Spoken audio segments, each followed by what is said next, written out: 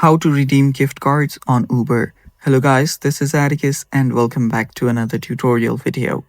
In today's video, I'll teach you guys how you can use Uber gift cards. So without any further ado, let's dive right into it. First step, open up your Uber. Make sure you're logged in into your account. Then what you can do is head over to the bottom right corner of your account section. Then there you'll see the wallet option. Tap on wallet. After you're on the wallet, there you'll find a lot of different options. Tap on add payment method. And sometimes you'll find an option that says gift cards right here. If not, head back. And there you'll see voucher and promo code.